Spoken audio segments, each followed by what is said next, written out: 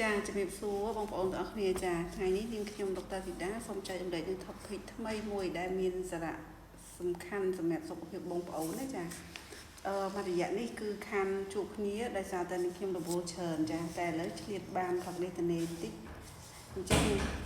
នាងខ្ញុំចង់ចែករំលែកពី topic មួយគឺតាក់ទងនឹងជំងឺខុនពោះវៀនចាអញ្ចឹងតើអ្វីទៅជាជំងឺខុនពោះវៀនហើយវាកើតឡើងមកដោយសារអីហើយវាមានការវិវត្តប្រមាណដំណាក់កាលហើយការព្យាបាលបែបម៉េចហើយការការពារបែបម៉េចខ្ញុំនឹង detail ជូនបងប្អូនហ្មងចា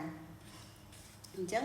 ជំងឺខុនពោះវៀនគឺជាការបង្កដោយពួក bacteria infection ដែលមានឈ្មោះថា Salmonella typhi ឬមួយក៏ពេលខ្លះគឺ Salmonella paratyphi ចាហើយវាចូលទៅក្នុងខ្លួនយើងតាមរយៈអ្វីចាវាចូលទៅក្នុងខ្លួនយើងតាមរយៈការហូបចុកដែលយើងកង្វះអនាម័យតាមរយៈការញ៉ាំទឹកមិនស្អាតឬក៏បន្លែ